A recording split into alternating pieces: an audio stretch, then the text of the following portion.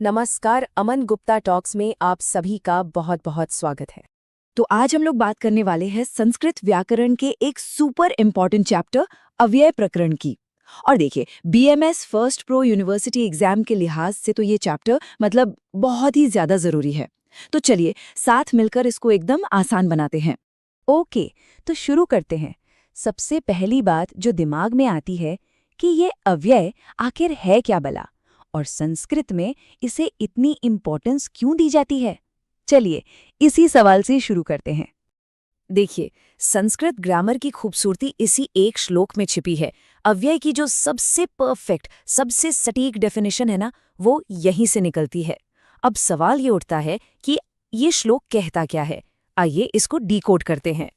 तो एकदम सीधी और सिंपल भाषा में समझें तो अव्यय वो शब्द हैं जो भाई एकदम जिद्दी होते हैं, वो कभी नहीं बदलते। मतलब लिंग बदल जाए, पुल्लिंग स्त्रीलिंग कुछ भी हो, विभक्ति बदल जाए, वचन बदल जाए, एक वचन द्विवचन बहुवचन कुछ भी हो जाए, अव्यय जैसा है वैसा का वैसा ही रहेगा, टस से मस नहीं होगा।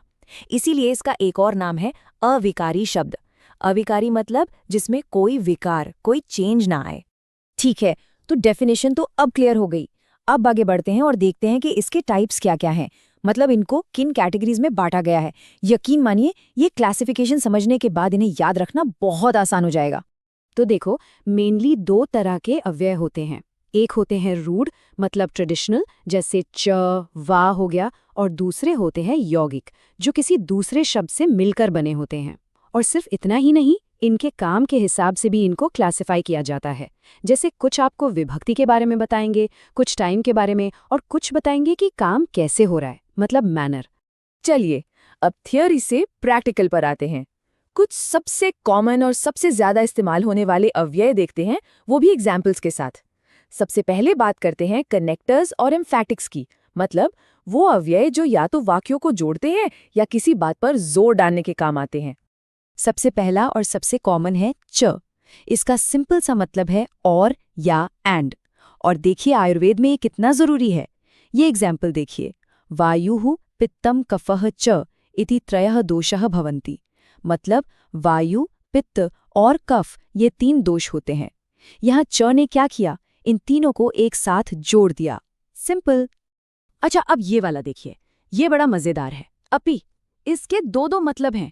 एक तो होता है भी या ऑल्सो, जैसे इस आयुर्वेद के एग्जाम्पल में अष्टांग हृदय में रोग का परिहार भी है। लेकिन अगर यही अपि सेंटेंस के शुरू में आ जाए ना, तो ये एक सवाल बन जाता है। क्या है ना इंटरेस्टिंग। अब बात करते हैं एव की। इसका इस्तेमाल होता है किसी बात पर जोर देने के लिए, एम्फेसिस डालने के लिए। इसका मतलब है ही या ओनली। आयुर्वेद का ये कोर प्रिंसिपल देखिए, दोष वैषम्यम एव रोग कारणम, मतलब दोषों की विषमता ही रोग का कारण है। यहाँ एव ये एकदम पक्का कर रहा है कि कारण सिर्फ और सिर्फ दोषों का इम्बैलेंस है और कुछ नहीं। अगला है इति।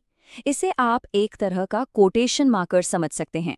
जब कोई कही हुई बात या स्टेटमेंट खत्म होती है तो वहां इति लगाते हैं। जैसे इस एग्जाम्पल में निम्बपत्राणि कृमिनाशकाणि भवन्ति, यहाँ तक एक बात खत्म हुई, इति मम आचार्यः वदति, मतलब ऐसा मेरे आचार्य कहते हैं। इति ने उस स्टेटमेंट को क्लोज कर दिया। चलिए अब नेक्स्ट सेक्शन पर चलते हैं। यहाँ हम उन अवयवों को देखेंगे जो अक्सर जोड़ियों में आते हैं, मतलब पेयर्स में, और एक दूसरे पर डिपेंड करते हैं। और साथ ही हम कुछ क्वेश्चन वर्ड्स यानी प्रश्नवाचक अवयवों को भी देखेंगे। ये वाली जोड़ी तो सबकी फेवरेट होगी, यथा तथा।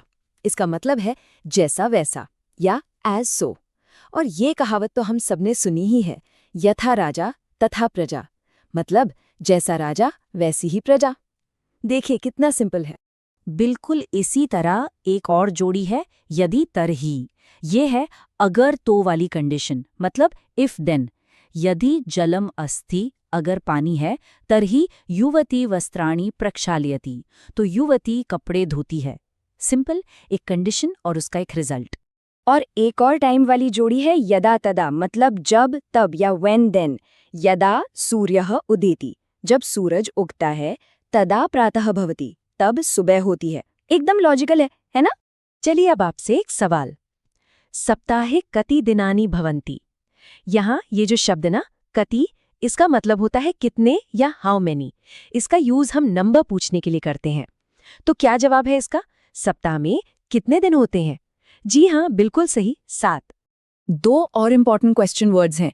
एक है कुतः, जिसका मतलब है कहाँ से या क्यों, और दूसरा है किमर्थम, जिसका मतलब है किस लिए या वाई। ये दोनों ही किसी चीज का रीजन या सोर्स जानने के लिए सुपर यूजफुल हैं। तो अब हम अपनी लिस्ट के आखिरी हिस्से में आ गए हैं। यहाँ हम फटाफट कुछ ऐसे अवयवों को देखेंगे जो जगह यानी प्लेस और समय यानी टाइम के बारे में बताते हैं। जगह बताने वाले ये 5 तो एक साथ ही याद हो जाते हैं, बहुत आसान है। देखिए, अत्र यहाँ, तत्र वहाँ, कुत्र कहाँ, जो कि एक सवाल है, सर्वत्र हर जगह, और एकत्र एक जगह पर। है ना सिंपल? ये किसी भी सेंटेंस को बहुत स्पेसिफिक बना देते हैं। और बस आखिर में कुछ और काम के अव्यय। एकदा मतलब एक बार, सदा मतलब हमेशा, बिना तो आप जानते ही हैं विदाउट, सह या सार्धम दोनों का मतलब है साथ या विथ, और पुनः का मतलब है दोबारा या अगेन। ये सारे शब्द रोज की बोलचाल वाली संस्कृत में खूब इस्तेमाल होते हैं। तो दोस्तों, ये था हमारा अव्यय प्रकरण पर एक क्विक टूर। उम्मीद है आपको सब समझ आया होगा।